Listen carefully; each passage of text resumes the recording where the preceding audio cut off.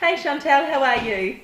Good, thanks. How are you? Great, great, thanks. Today, guys, I'm speaking with Chantal Hofstee, and she's a clinical psychologist from Renew Your Mind Psychology. And Chantal specialises in mindfulness among combining other practices together in a clinical sense to be able to bring order and structure and relieve stress in your mind to create a more healthful body and a healthful mind is going to do all sorts of things, which Chantal will explain further into our chat together about how even the benefits of being able to uptake nutrients and reduce toxicity and to relieve the body of that. So first of all, I want to know a little bit more about Chantal, and so I can share with you her background and also what she does within her professional practice.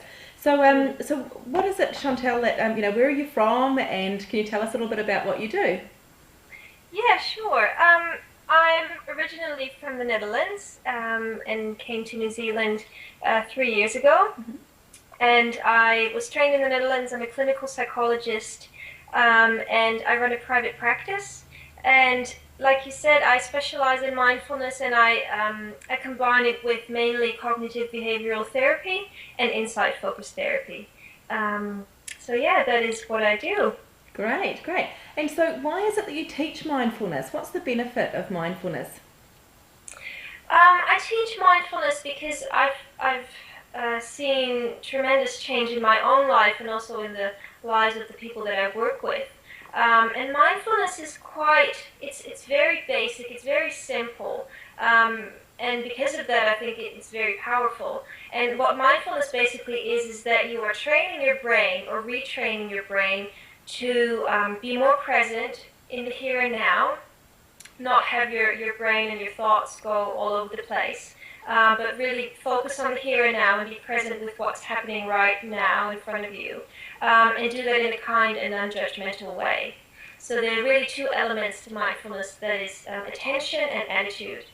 And because those are so fundamental to how our brain functions and how our brain and therefore our whole body works, I think it's a really, really simple but very powerful tool. And that's what I like about the simplicity, and often in our busy and complex lives we expect there to be something far more difficult to gain such great control in our lives, and it's great to talk a little bit more about that, like, where did it come from, and who uses mindfulness, and a little bit also about sort of how you can implement it in your day, and what it actually means to be practicing mindfulness. Well, it's a difficult question to answer where mindfulness comes from, because you can give many different names to the same practice. And I think it is, you can see it in probably every culture, every religion, every part of the world. There will be people that practice this, and there always have been people that have practiced this. But nowadays it's often associated with an Eastern religion, but it's really much more than that. It's really a fundamental way of being in the world, and I really believe that it is how our brains are designed to work. And also when you look at children, they naturally and automatically practice this. They are very, very present with what's happening in the here and now, and they don't start to judge and evaluate and analyze things until they get older. So I think it's really the natural state of our brain, and we function best when we're in that state because that's how we were designed. Right, right.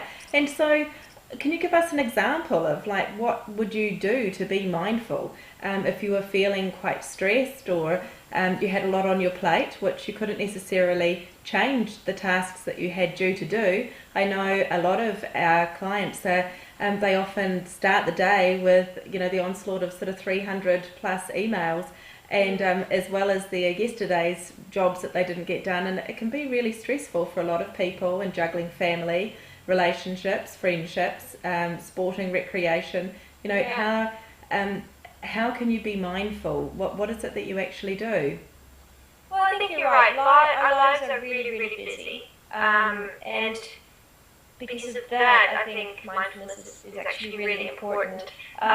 For example, what I do every morning is when I have my morning coffee, I make sure that that is at a time where I'm by myself, and that can be just, sometimes it's just 5 minutes. But when I have that coffee, I try to be mindful and to be present with that coffee and to not be distracted by my phone or my computer or other people or even other thoughts. And I try to really be present with the experience of having that coffee, if that makes sense. So what I do is I focus on what do I see, what do I taste, what do I smell, what do I hear. So I really focus on my senses without judging anything. So really in a non-judgmental way, just observing in a kind and curious way.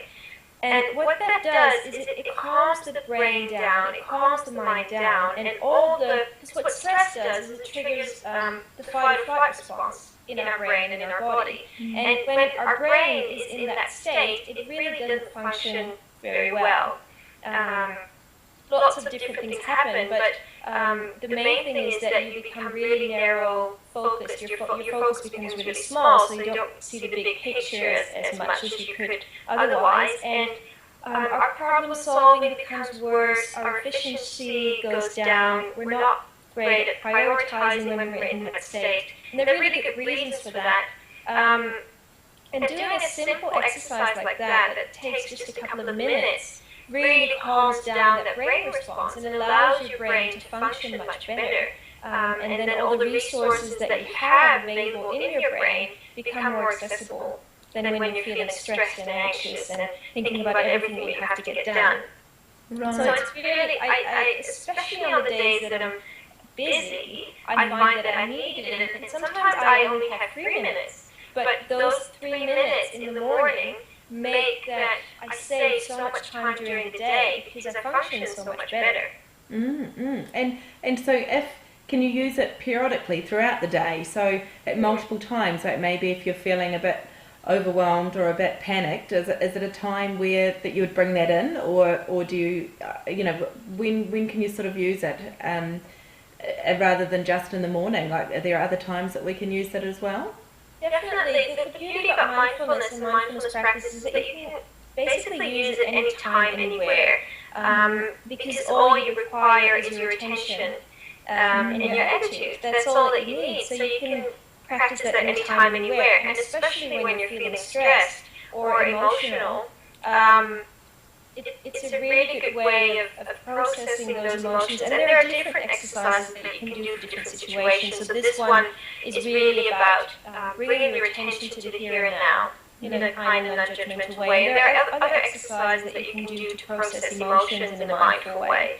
And what it allows you to do is, without spending lots of time or energy on it, it allows you to process what's happening so that you don't have to suppress it.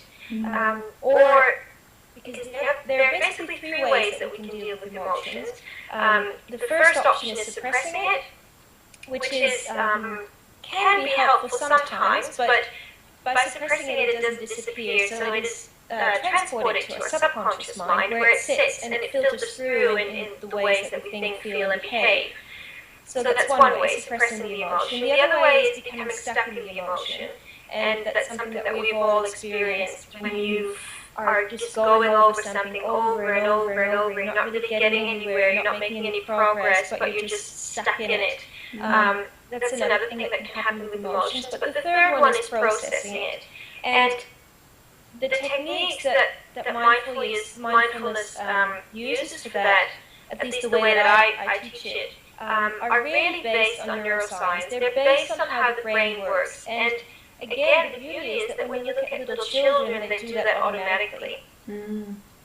Yeah, so it's going back to what is our brain designed to do. And there's lots and lots of research to back that up. So what they did is they've done this in many different ways, but they studied the brain, how does the brain work, and how can we calm down the fight or flight response? Because when you're in that state of stress, you really don't function well.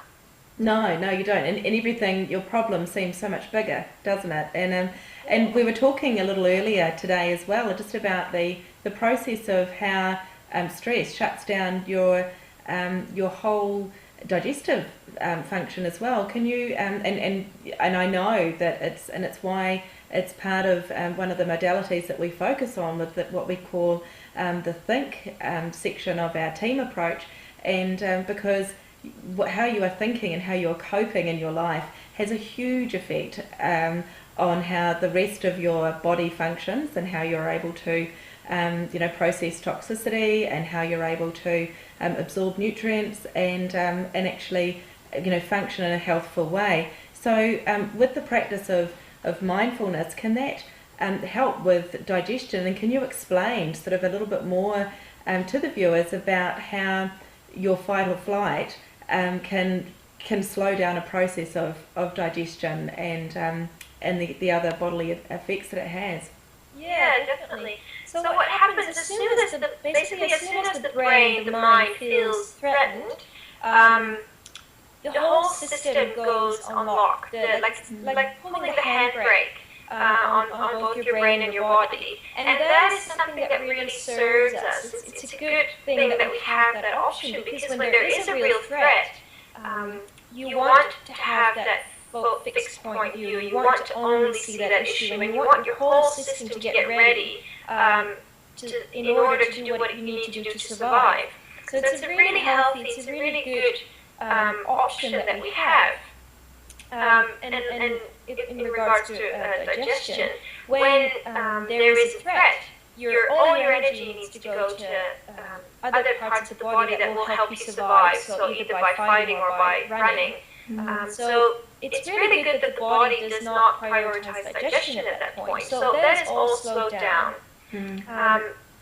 But that system is designed so that when the threat is gone, the system goes back to normal, and everything goes back to its normal state. So ideally, you use that for emergencies only. And the problem with stress is that we are spending a lot of time in that state. And because the brain can't differentiate between a real threat, a real physical threat, and a threat that we are perceiving within our own mind. So those are different things, but the brain treats them the same. So when you're feeling stressed, when you're feeling anxious, when you're feeling insecure, your brain perceives that as a physical threat, and what happens is the fight or flight response is activated with the consequences that it has. It's really interesting, isn't it? And the thing which I liked the most when I first met you was about the fact that you can slow things down and be able to do it quite privately too. It's not something you're needing to stand on your head and kind of, shake yourself around or anything. You can actually do it within your workplace, within, your social setting, or whenever a time that you can, and sort of, it sounds like you can really train your brain to be a lot quieter quite simply. And so it is a lovely technique to be able to introduce into your day, and certainly at a time where obviously there's a lot going on, as well as those times where your life is quieter too, to probably get a better practice and a better hold of it. So what's the best way to learn the practice of mindfulness then? Well, there are different ways, and different things work for different people. But as a psychologist, I really believe in practice, and skills practice, in my opinion, is the thing that is going to create lasting change. Because when you really practice a skill, that is when your brain adapts. That's when new neural pathways are formed, new connections are built, and you can't really compare it to going to a gym. If you do the exercises, then you will become stronger, your fitness will improve, and it's the same thing with your brain.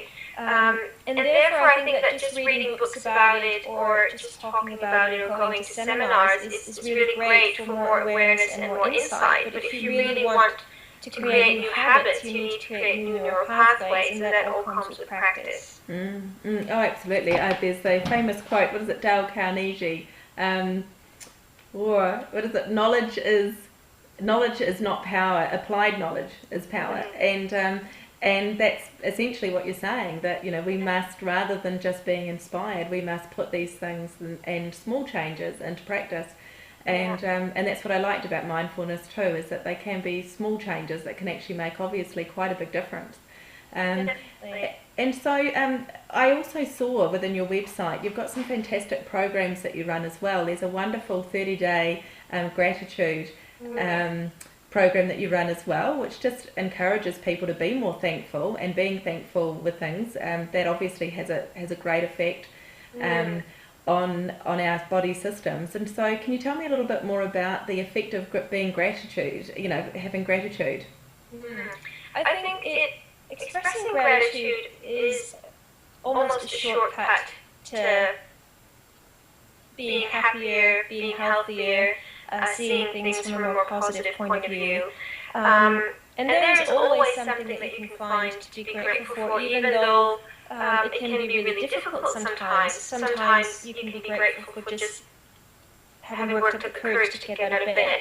But if you can focus on that thing that went well, instead of all those things that didn't go well, you already are starting to change your thinking. And what the cognitive behavioral therapy model says is that you have events, but it's not the events that create your behavior or how you feel. It is really your thoughts. So you have a certain thought about the event, and that thought leads to a feeling, and that feeling leads to an action, and that action has consequences.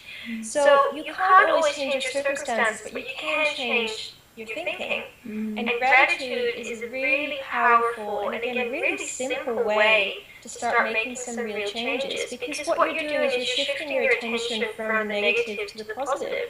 And I guess that's just kind of filling up your brain's capacity of thought, isn't it? Just thinking more about good things, so there's less room for thinking about bad things, I guess, that might be stressing you. And when you're thinking about something that you're grateful for, automatically you will feel different than when you're thinking about something that you're unhappy with. No, it's very, very simple, but yeah, it's a very powerful technique. It makes a huge difference. I did the gratitude 30-day challenge myself, and just every day posting something that I was grateful for, and it makes a big difference. It does. No, I think it's a wonderful concept, and you also have some fantastic, training that you do with people as well. That is listed on your website, and they are regular courses that you run. Can you tell us a little bit more about your courses? Yeah, I run a 6-week mindfulness training, and it's in a small group of people, and it's really training, so it's not therapy, it's really about learning skills. And what I do is I explain a little bit about the theory behind how our brain works. We go into neuroplasticity, fight-or-flight response, subconscious mind, conscious mind. So I explain a little bit about the theory behind what we're doing. Then there are exercises that are designed to give people personal insights into where their thought patterns are coming from, because that's different for everybody. So the exercises are really designed to give the participants those insights without necessarily having to share them with the group, because you get them from the exercises, and then people write down in their notebooks the things that they're becoming aware of. And then the main thing really is I teach people skills. So each week I teach a skill that fits within the framework of mindfulness, and in the group and also during the week people practice the skill. And that really is the main thing, because I really believe that that is what causes the lasting change, practicing those skills. So each week I teach one mindfulness skill. So at the end, you have basically a toolkit that you can pick and choose from, because different skills work for different people. Everybody's different. Some people have a click with one skill, other people find that one really difficult. So I really try to offer diverse skills and encourage everybody to practice them and to put them into practice during the week, and just find out what that does for them. And then in the end, you can just pick and choose whatever works for you, and then hopefully people will really put that into practice on a daily basis, because that is really where you get lasting change.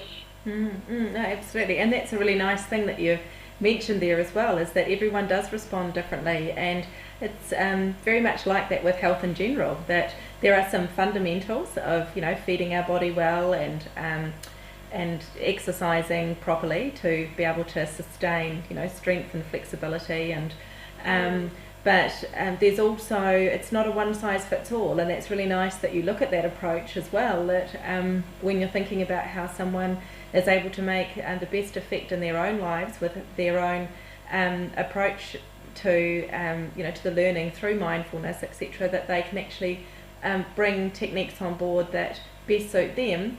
And like you said, that you must practice it, and it's like anything, that it's that regular practice is going to retrain the brain to respond and to cope differently. So so well, I'm very much looking forward to Sai and I, as you know, have chosen to do the course ourselves coming up in July, and it'll be fantastic to report back and share our own experiences as well within the team here at Crave, just to you know, to do something a little bit different, and certainly something that we know that will add a lot of value into our lives as well. So that's something really to look forward to. And all of your upcoming course dates can be found on your website, is that right?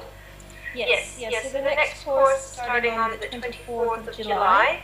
That's 6 weeks, but all the information is on the website. Yeah, no, that's great, excellent. And of course you've got a Facebook page to follow as well, and I know that we'll hear a lot more from you too. So look, I really appreciate your time today, Chantal. It's been fantastic to actually really be able to share and you know, give the followers an opportunity to understand more about what mindfulness is, and the fact that it is a simple practice that can be added in, and the benefits being that you're quietening your mind so that your mind learns not to have all those, you know, as you explained earlier, all those tabs open.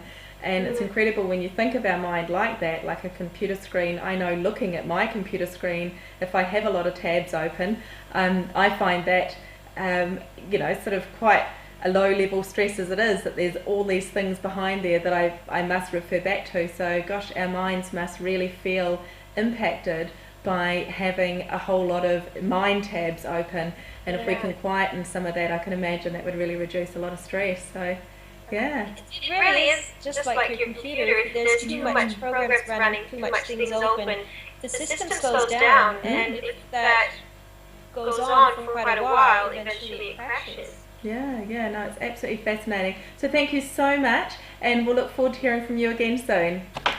Very much.